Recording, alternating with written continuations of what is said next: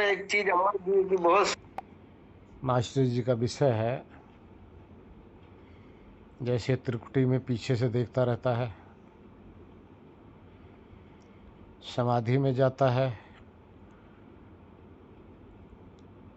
तो जो ब्रह्मानंद या आनंद है उसके पीछे साइड में है। तो आपका अर्थ क्या उसका भी कोई फेस होता है आत्मा का? इसका उत्तर है आत्मा का कोई फेस नहीं होता है। अति अणु स्वरूप चेतना है, बहुत ही सूक्ष्म, जो सिर्फ सचेत सत्ता है, होश स्वरूप है, जानने वाली सत्ता है। इस सत्ता का किसी प्रकार का कोई फेस है ही नहीं। लेकिन ये जो हमें आभास होता है, इसका कारण सिर्फ इतना ही है। इसका अर्थ ये है कि जब इंद्रियां बाहर बिखरी होती हैं अपने अपने विषय पर, तो इंद्रियों के संग में हमारा मन लगा रहता है और मन का दृष्टा आत्मा रहता है। अब यहाँ फेस नहीं हुआ, ध्यान रखना, फेस नहीं हुआ, यहाँ उसकी क्रिया हो गई कि वो किस तरफ देख रहा है, किधर का अनुभव कर रहा है। जिधर का अनुभव करेगा उधर का ज्ञान उसको होता रहेगा। लेकिन अगर उसका फेस नहीं है तो पीछे क्यों नहीं अनुभव हो रहा है? ये भी प्रश्न आ जाता है कि जहाँ वो ठहरा हुआ है, जहाँ वो अपने शुद्ध स्वरूप से है, जो उसके अंदर परमानंद ओतप्रोत है, वो क्यों अनुभव नहीं हो रहा है? इसका अर्थ सिर्फ इतना हुआ कि आप मीन्स आत्मा एक काल में एक ही वस्तु का अनुभव कर सकते हैं। ये आपके अंदर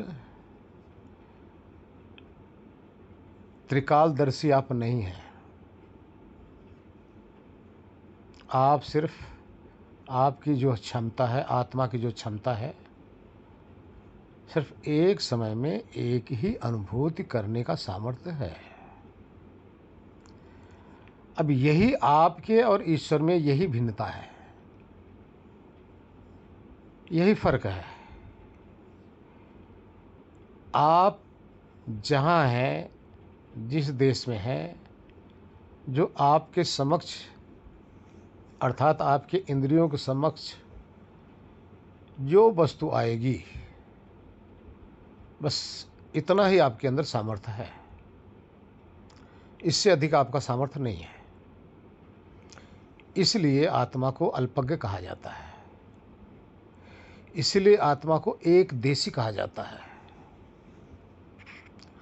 आप में ईश्वर में यही भेद है कि परमात्मा सर्वज्ञ है, एक काल में पूरी सृष्टि का, पूरी कायनात को जानता है, और आप एक काल में सिर्फ एक विषय को जानते हो।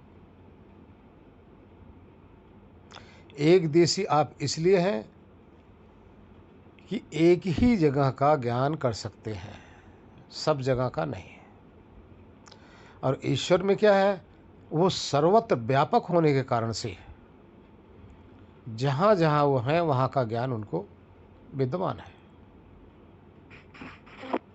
आप में और ईश्वर में ये भेद है। अब आप देखिए, जब आप मन को देख रहे हो, मस्तिष्क में आप देख रहे हो, विचारों को देख रहे हो, आपका अल्प सामर्थ्य होने के कारण से सिर्फ विचारों का ही दृष्टा हो, विचारों का ही ज्ञाता हो। लेकिन जैसे ही विचार आप त्यागते हो,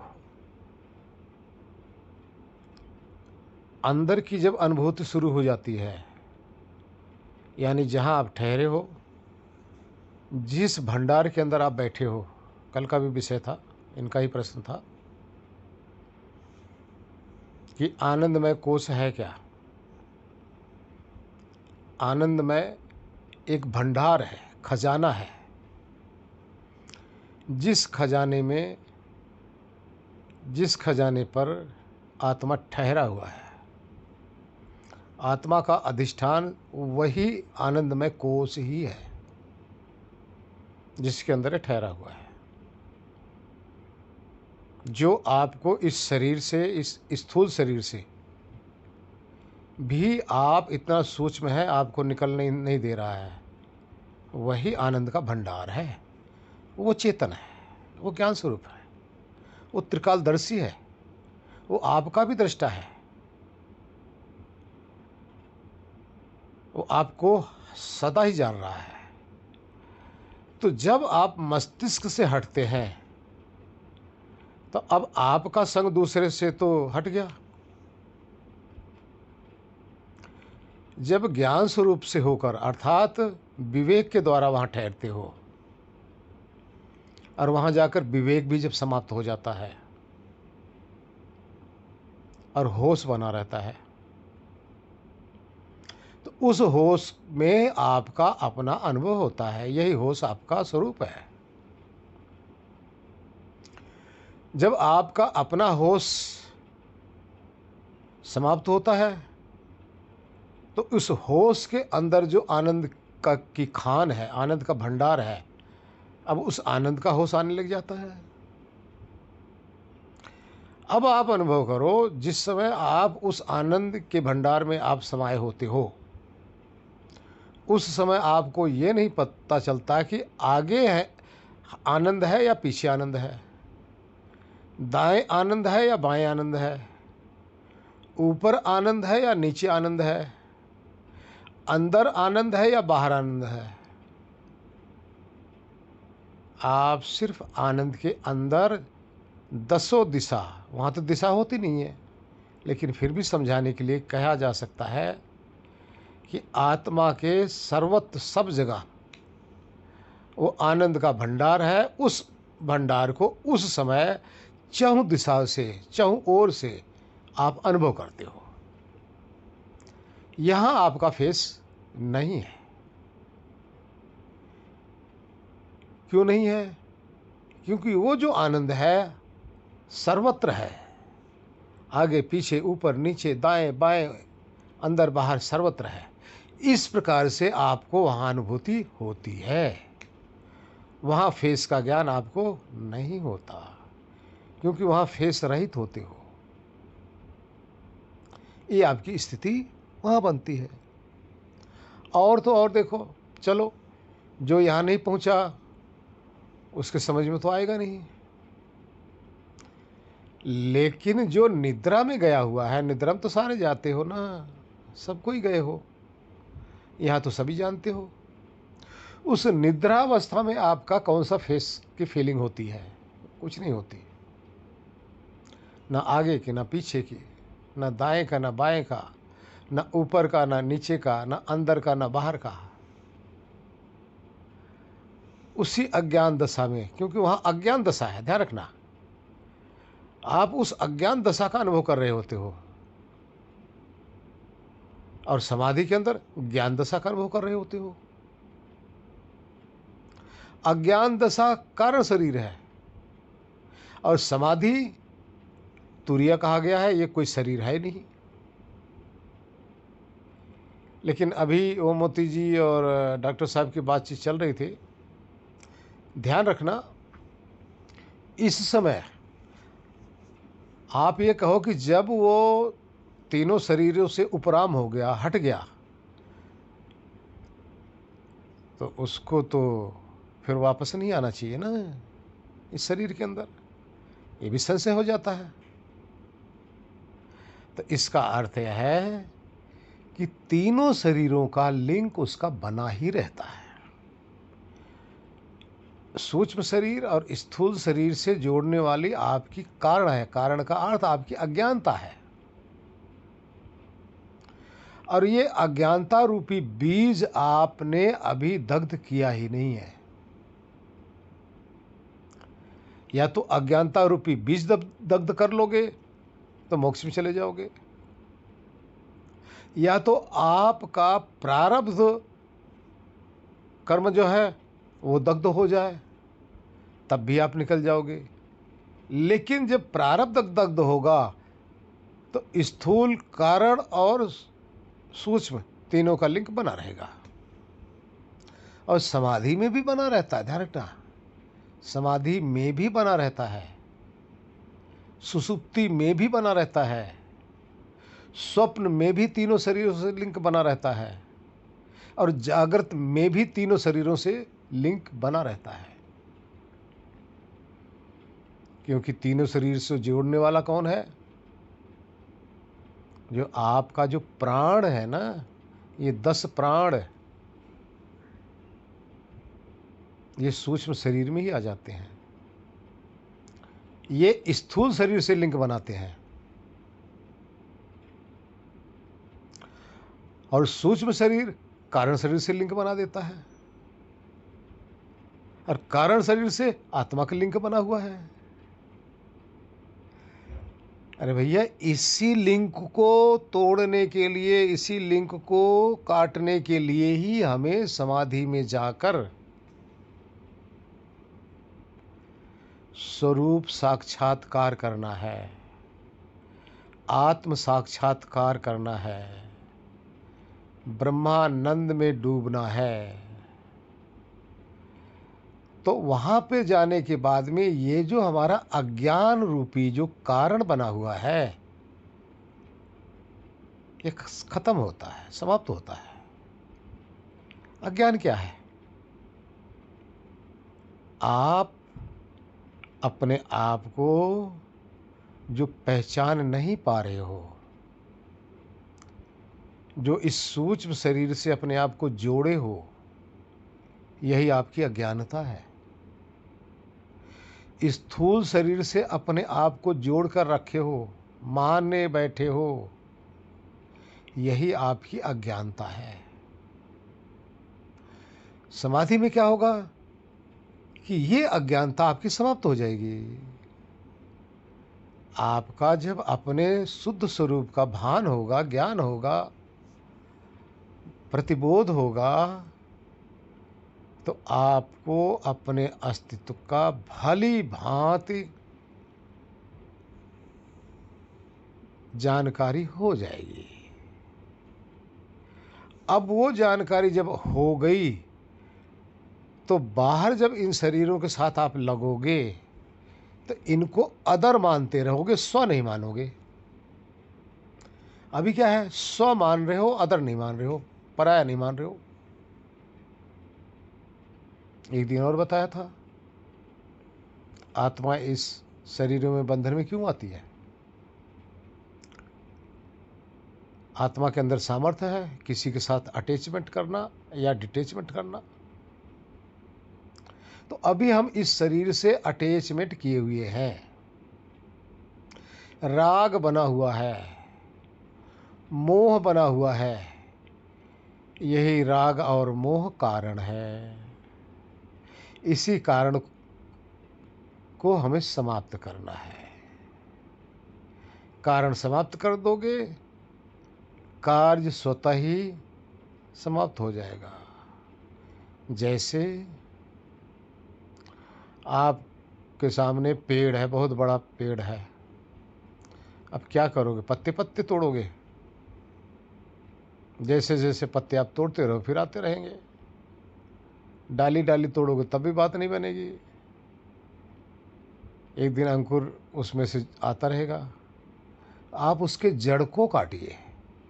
जब जड़ से आप काट देंगे तो वो पेड़ ही पूरा का पूरा ध्वस्त हो जाएगा, और फिर पुनः अंकुर होने का उसमें सामर्थ्य नहीं रहेगा।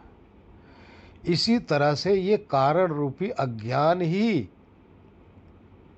आत्मा के लिए वो जड़ है, जिसके कारण से स्थूल शरीर, सूक्ष्म शरीर, इंद्रियां, संसार, कर्म, भोग सब शुरू हो जाता है। इसलिए जड़ को काटिए। जड़ क्या है? आपकी ही अज्ञान दशा। जब ऐसा कर देंगे तो सबसे आप हट जाएंगे। दूसरा नंबर, एक और चीज मैं बता देना चाहता हूं। आप लोग ध्यान करते हैं, आप लोग अनुभव करना, आप लोग जब ध्यान करते हैं, होश बनाते हैं अपने अस्तित्व का या आनंद का, तब तक आपकी बुद्धि वहां विद्यमान होती है। ये बुद्धि जहाँ तक विद्यमान है, ये समाधि की कोट में नहीं आती, साक्षात्कार की कोट में नहीं आती, आत्मज्ञान की कोट में नहीं आती। कितने साधक मैं सुनता हूँ कि वो सोचते हैं मैं अपने आप को आत्मा मान रहा, बस हो गया कल्याण, यही तो समाधि है, यही तो आत्मज्ञान है। नहीं, ये आत्मज्ञान नहीं है।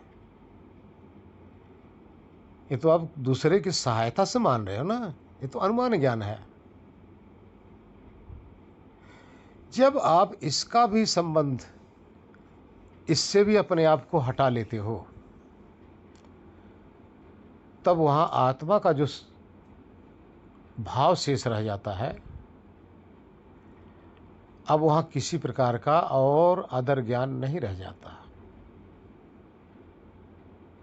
उस समय जितने भी संसार का सारा ज्ञान है, सब समाप्त हो जाता है। जब तक वो समाप्त नहीं होता, या किसी भी चीज का अगर आपका भाव बन रहा है, तो अभी आप समाधि से बहुत दूर हैं, अभी आत्मज्ञान से बहुत दूर हैं। इसी को कहते हैं वृत्तियों का निरोध। जब इसका निरोध हो जाएगा 5 प्रकार की वृत्तियों का, तब आत्मा केवल अपने शुद्ध स्वरूप में शेष रहता है। और उस वही शेष विशेष है जिसके द्वारा इसका जीवन चलता है।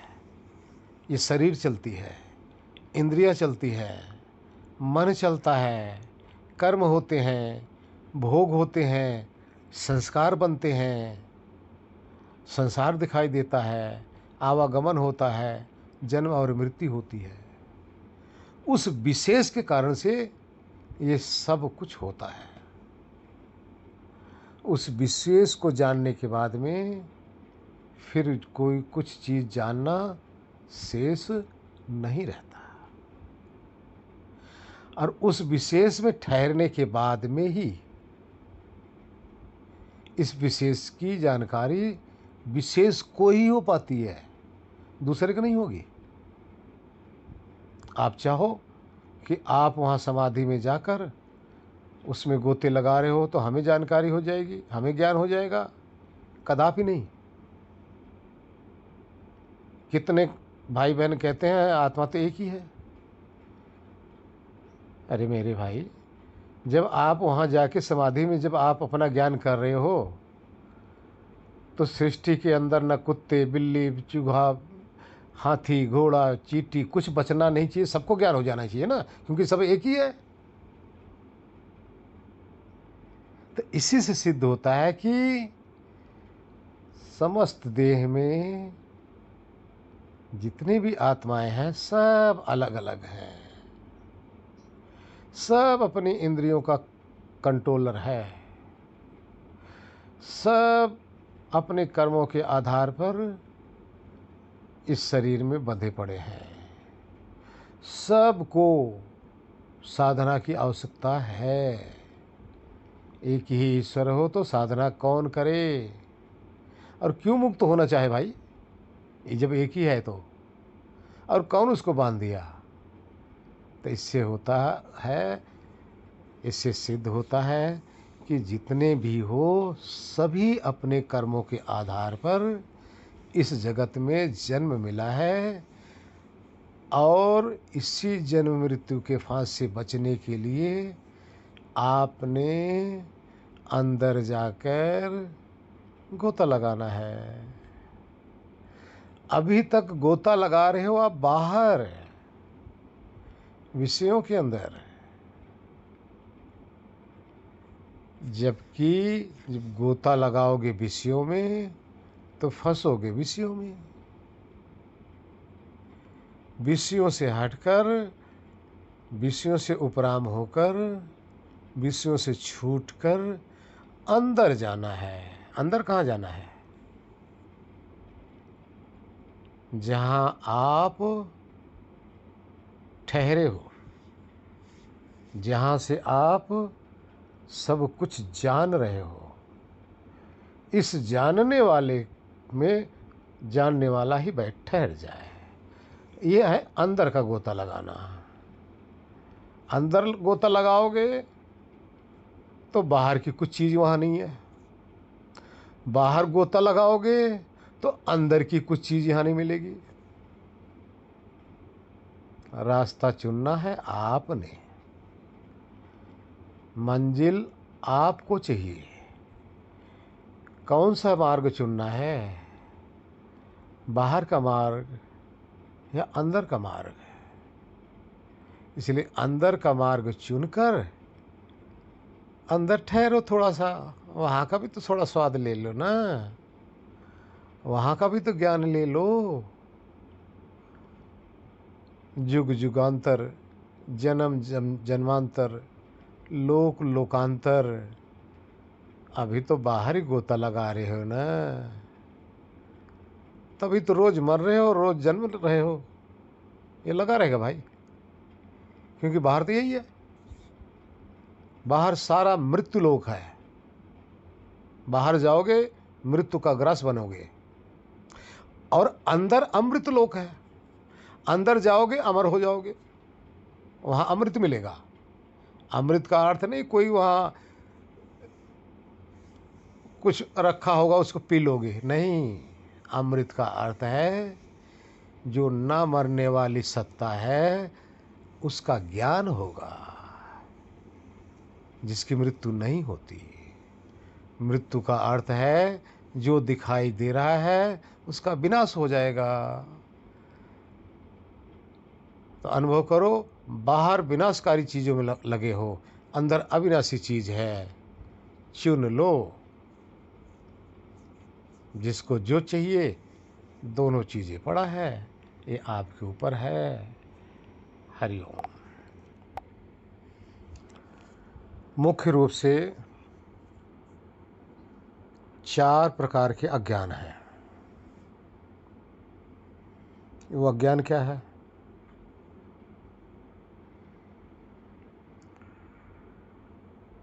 आत्मा को अनात्मा समझना और अनात्मा को आत्मा समझना।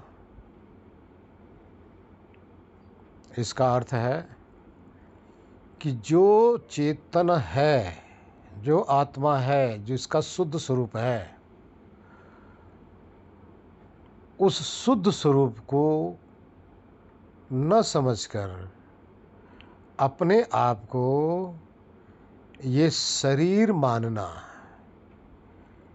ठीक है, इस आत्मा को अनात्मा, अर्थात जो आत्मा है ही नहीं, शरीर आत्मा है ही नहीं, और शरीर को आप आत्मा मान रहे हो, तो ये है अनात्मा को आत्मा मानना। जो आत्मा हो, जो शुद्ध स्वरूप में हो, उस आत्मा को अनात्मा मानना, अर्थात उसको उस रूप में न समझ पाना। अपने आप को स्त्री, अपने आप को पुरुष, अपने आप को बच्चा, अपने आप को जवान, अपने आप को किशोर, अपने आप का बूढ़ा, अपने आप को मरने वाला, अपने आप को जन्मने वाला, इस प्रकार से अपने आप को मानना, ये प्रथम अज्ञान की कोटि में आता है। ये पहला ज्ञान है। दूसरा ज्ञान क्या है? जिस परिवार में आप रह रहे हो, जिस समाज में आप रह रहे हो, जो आपके माता पिता, भाई बहन, पति पत्नी आदि जो रिश्ते हैं, इन रिश्ते को यथार्थ मानना, अर्थात इसको क्षणिक मानने के बजाय हम सब यथार्थ मानते हैं, शाश्वत मानते हैं, और इसी के लिए हम इस रिश्ते को बचाने के लिए ही हम इसमें लगे रहते हैं, जबकि ये रिश्ते बचने वाले नहीं हैं, रहेगा ही नहीं। फ़र्क इतना है, इस ट्रेन की बोगी से कौन पहले उतरेगा, किसका स्टेशन आएगा, वो उतर जाएगा। ये उतरने चढ़ने वाले हम इस परिवार में से किसी को नहीं मानते। दूसरा ज्ञान। तीसरा ज्ञान क्या है? कि जो हमारी धन दौलत संपत्ति है, इनके लिए इतना हम रमण करते रहते हैं, इतना फंसे रहते हैं, इतना आसक्त रहते हैं, हम इनके लिए ही जीना शुरू कर देते हैं, जबकि ये हमारे जीवन के उपकार के लिए तो हैं, जीवन यापन के लिए तो हैं, लेकिन हम इनके लिए नहीं हैं। हम इनको अपने लिए समझने के बजाय हम इनके ही हो जाते हैं, इनके लिए ही अपना जीवन लगा देते हैं। समझ लो, जितने भी भाई बहन हैं, सारा जब से होश संभालते हैं पैसे कमाने के लिए ही सारा जीवन लगा देते हैं, और मृत्यु काल में पैसे कमाते कमाते सब यहीं छोड़ के चले जाते हैं। इसी तरह से एक अज्ञान और भी है। वो अज्ञान क्या है? कि ये सारा संसार एक सराय है, जहाँ हम रह रहे हैं ना, एक धर्मशाला है। इस धर्मशाले के अंदर रोज नए नए आ रहे हैं, हर क्षण आप लगाइए, अरबों खरबों की तादाद में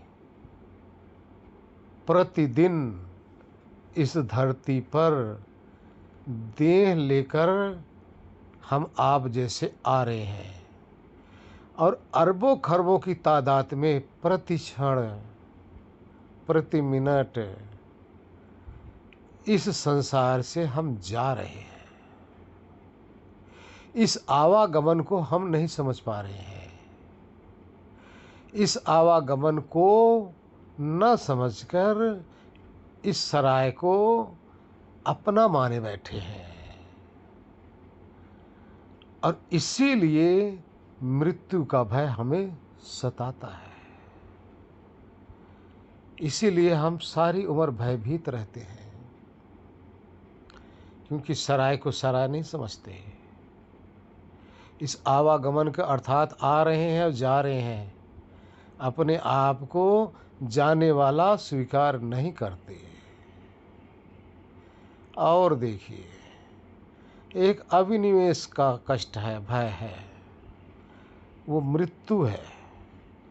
मृत्यु अटल सत्य है, जिसको टाली जा ही नहीं सकती, असंभव है।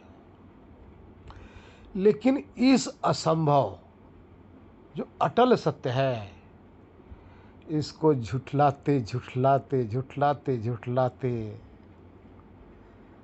आज हम लोगों की कितनी उम्र हो गई है, झुठला नहीं पाओगे। एक दिन आएगी आएगी आएगी, किसके सामने कब टपक पड़े, उस समय बेहोश होकर चले जाओगे, संसार से आंख बंद कर लोगे, कान बंद कर लोगे, वाणी आपकी बंद हो जाएगी, रहने वाले नहीं हो। कोई इंद्रिय आपके काम नहीं करेंगे उस दिन। लेकिन उस सत्य को आप स्वीकार हम सब नहीं कर पा रहे हैं।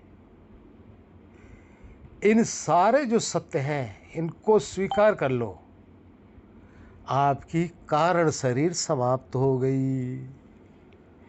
जिस कारण से हमें यहाँ जन्म मिलना है, जिस कारण से हम यहाँ फंस जाते हैं, ये सारे कारण को समाप्त कर लो। मोह ही सबसे बड़ा कारण है। ये समाप्त हो जाए, अपने आप सब कुछ खत्म।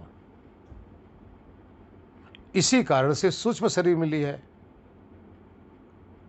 और सूक्ष्म शरीर को ठहरने के लिए स्थूल शरीर मिली है, और स्थूल शरीर जिंदा रहे या अर्थात ठहरी रहे, इसके लिए पूरा संसार बिछा पड़ा है।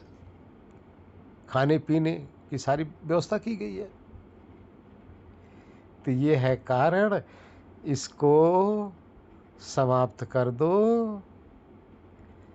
देखो, अभी आज ही इसी क्षण ही अपने मोक्ष का अनुभव कर लो। लेकिन होता नहीं, मोह लगा पड़ा है ना, अज्ञान लगा पड़ा है ना, कहाँ मानते हैं। तो यही है कारण। कारण कोई शरीर नहीं है, ये रीजन है, जिस रीजन के कारण से हमें संसार, शरीर, जन्म और मृत्यु होती है। हरिओम। एक बात और, आप लोग थोड़ा सा अब इसका प्रैक्टिकल कीजिए। प्रैक्टिकल, जिस घर में आप रह रहे हो, जिसको पति पत्नी बेटा बेटी सब माने बैठे हो, माँ बाप माने बैठे हो, यदि आपकी